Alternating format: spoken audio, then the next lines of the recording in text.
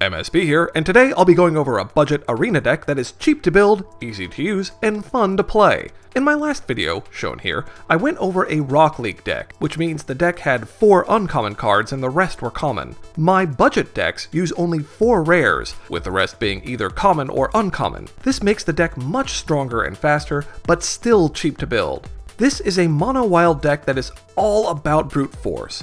I call it the Budget No-Brainer Bruiser.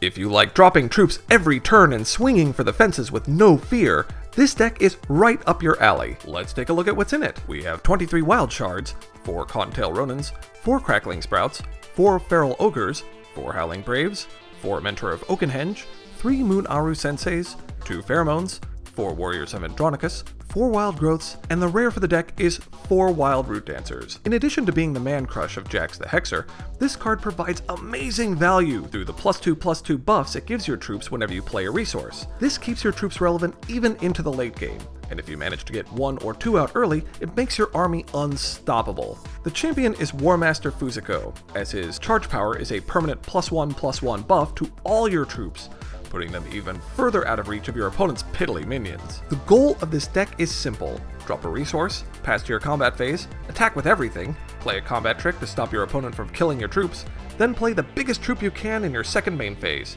Easy! I jest. For the advanced players, there are definitely ways to maximize the effectiveness of this deck with tight play. So now that the deck is ready, let's see it in action against a Tier 4 arena opponent.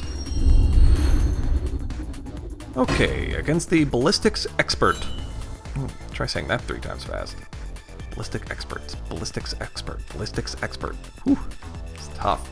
Okay, turns in play. I would much rather be able to play first, but, well. Okay, 1 resource. A second? I would have kept this hand if it had a second resource, but I can't keep it at 1. Even though I'm on the draw. Okay, that's pretty good. Resource? Okay, I think I'm going to keep this hand, because I do have a Howling Brave to push me into 2, and I have a Cottontail Ronin, which is a great first turn. So, the Ballistics Expert's ability is he can give one of his troops an ability to exhaust to deal 1 damage to something. He also has lots of other sort of tricky things. So, I'll keep that hand.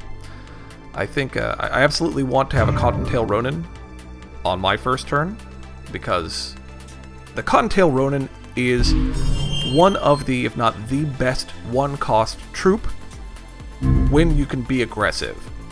Because it's a 0/2 with Rage 1, which means every turn he attacks, his attack's going up. And he's got a 2 defense. Most 1-drops have a 1 defense. Great. Perfect. Second shard. Okay, drop that. And yeah, put out my Cottontail Ronin. Since I drew a second shard, there's no question I don't need to put out a Howling Brave. Pass off. So yeah, Cottontail Ronin. I love getting a Cottontail Ronin in my hand with this deck. If you see that, you are good to go. Especially if you're on the play. If you're on the play, man, if you're not stuck on the draw, then Cottontail Ronin is fantastic. Anything? Okay, nothing. I'll take that. And that's even better. When you see an opponent on their turns drop nothing and you've got a Cottontail Ronin out, you're like, oh, I'm gonna blow this guy up. And a Feral Ogre! Fantastic! Oh, I should have played my resource first, so that way I could have used a Crackling Sprout. In my excitement to attack, I just skipped past it. So I should have played a Wild Shard, so that way if he had something like a burn, I could just Crackling Sprout. But that's okay.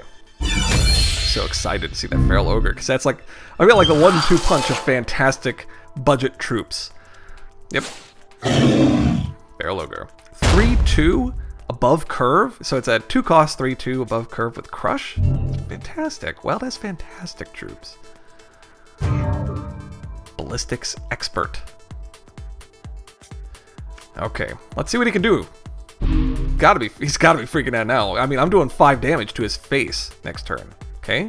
I love seeing people play those. Saber's Charge. It's fine. It's fine. I'll have to use my Crackling Sprout defensively, because it'll do 2 damage, and I don't want to lose either of these troops. Bit tragic. Much better to use the Crackling Sprout aggressively. Much better to use the Crackling Sprout aggressively. Wild Root Dancer. Well, I've got to save. I would have loved to have drawn a wild resource there, but I have to save my resources because I don't want to lose either of these troops. Both of these troops are fantastic. So I will swing into his face for 5, which is great. I mean, look at this. We're on turn 3, and he's down to 14. And I've got 2 troops, which are super strong. Yep, deal that combat damage. Do it! Pow! And he's down to 14. Okay, proceed then. So now I want to make sure that he uses his resources on the Sapper's Charge, because even if he plays a resource here, he'll go down to 2. So that's going to be a significant drop in his ability to... Because that's the thing, you just make him use his resources defensively, and, you know, even though he's playing a resource every turn, he just doesn't get to do much because he's got to use it defensively. Okay, Sapper's Charge. On my Feral Ogre, Crackling Sprout. No thank you, sir. I would have rather done this 2 damage to your face, but I will instead buff up my troop. Okay. Let's see. I'll pass. Okay. Electroid. He likely won't be able to actually use that, because he'll have to keep throwing things in his way, but he can use his hero power on it. Now, because it just came out on this turn, he can't exhaust it to kill off my Feral Ogre. So now it can exhaust to deal 1 damage, but because it is, I think they call it troop trauma. Because he has troop trauma, that's the term in this game, he can't exhaust on the first turn he comes out to deal that 1 damage. That's why he did not kill my Feral Ogre. Perfect! Okay, now, here's the thing. He can do 1 damage. What I usually do in this situation is I drop a Howling Brave, and then prep to do a Wild Root Dancer on the next turn. But if I just drop a Howling Brave, then he's gonna go right by it. Attack off with these guys. I mean, he's going to exhaust his Electroid and do 1 damage to the Howling Brave. So, unfortunately, I have to give up on my hopes and dreams. Of course, I'll do 6 damage, so he's down to 8. And I have to play my Shard out, and I'll drop both my Howling Brave and my Mentor of Oakhenge. I have to hope that he'll do my 1 damage on the Mentor of Oakhenge, because I'd love that. If he leaves up my Howling Brave for next turn, and he takes out the Mentor of Oakhenge, that's fantastic, because then I can preemptively search for a troop. Okay, so what's he gonna do? He's on the back foot, absolutely. I mean, I've got lethal on the board, unless he has a massive hand this turn. Okay, yeah, I took out my Howling Brave. See, so, yeah. Unfortunately, I'm not able to prep. Okay, Scrap Welder. Whoop-de-doo. You got 5, what, you want to... If you want to attack, buddy, that's fine. I'll kill you next turn. I don't mind that at all. Okay, and no. So, he's sitting there, useless Scrap Welder. Okay, so what I'll do, because I still want to keep my Cottontail Ronin and Feral Ogre alive. Oh wait, if I draw like a Crackling Sprout or a Wild Growth... okay, well, I'll draw my Moon'ariu Sensei, because I can kill this turn if I draw a Wild Growth. Wild Growth? Wild Growth? Duh. Okay. So instead, I will Phermones my Mentor of Oakhenge, because that will force his Scrap Welder to block my Mentor of Oakhenge, leaving my Cottontail Ronin and Feral Ogres alive. Doing 7 damage, bringing him down to 1. I could have killed him in so many ways that turn, I just suddenly realized. So, if I had drawn a Wild Growth, a Crackling Sprout, or a Resource, any of those situations, he would have been dead already. So, take that, RNG. You know, you don't want to have a perfect game, because if you have a perfect game, then it looks too easy. You're like, oh, well, the computer is ridiculous. You know, if you have a game where you're like, I didn't draw the perfect thing at the perfect time, then it looks like you have skill. Pretending very well to have skill. Okay, so he's going to kill off my Moon'ariu Sensei. Or at least he should. I mean, if anything hits him right now, he's dead. So... again, we're looking at, like, God Hand to stop me, because even if he brings out, like, a Sapper's Charge... Flax Scrapper! Fine. Fine. You made it this time. may have saved yourself. And a Gearsmith! Oh, look at this! Look at this perfect defense. Well, you know, it wasn't going to be easy. Tell you what, if I get another Crackling Sprout, I still win the game. Because I'll bust right through his defense. So, Crackling Sprout and I win. Crackling Sprout and I win? No. Now I get the shard. Okay, well, bust out my Wild Root Dancer. And then play the shard. Always, always, always make sure that you play your Root Dancer first and then drop the shard so you get the buff. The tricky way of doing that, of course, is at 2 resources, hold your shard, play a Howling Brave, and then on turn 3, exhaust the Howling Brave, bring the the Wild Root Dancer into play, and then drop the Wild Shard. And then you get a buff on turn 3. Great. So, anyway, that's not happening here. He'll chump block, of course, because he doesn't need that Gearsmith. That's fine.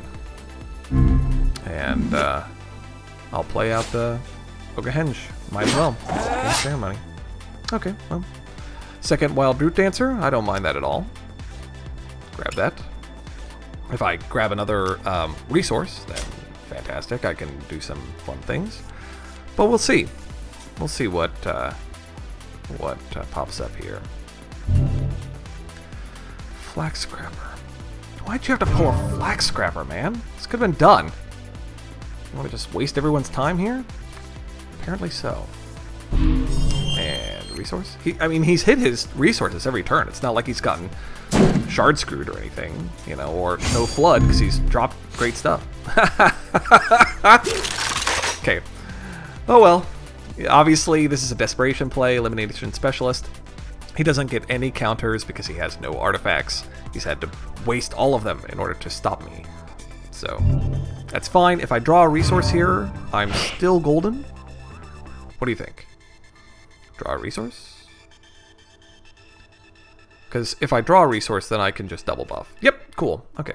So, obviously not anything stellar, because I still would have attacked with both, but here at least I can do some fun stuff. So let's Wild Shard.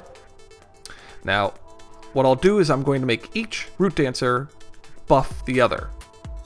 And because I don't need any sort of more buffs on my Cottontail Ronin, he's strong enough as is, it's best to buff each of the Root Dancers once, so that way they're both 4/4s, and they're going to be able to stick around. Then I'll play my Feral Ogre, and now I'll use my Charge Power to make everything super strong. Look at that! Look at that! 8/5, 5/5, 5/5, 4/3. That's a beastly army! And, you know, you can't double block, because he's only down to 1 health. If I had drawn a Crackling Sprout, it would have been over.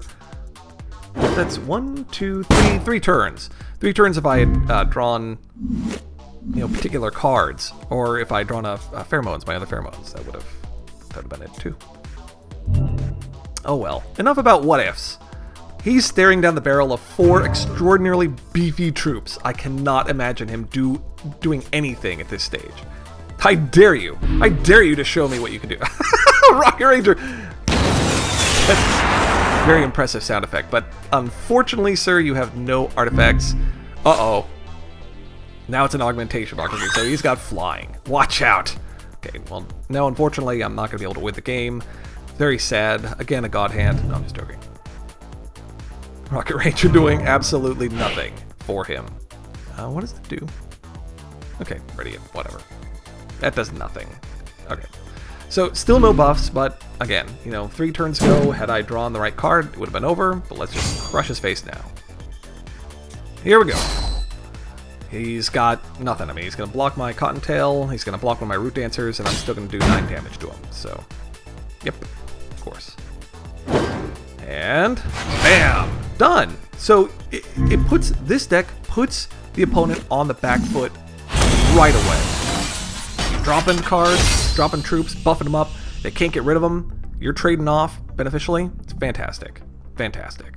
So as you can see, this deck is a blast to play and makes farming the arena fast and easy. Thanks for watching! If you like this video, please take the time to subscribe, and let me know in the comment section below what types of decks you'd like to see and what hex guides you'd like in future videos. As always, I'm MSB, wishing you good games and good times.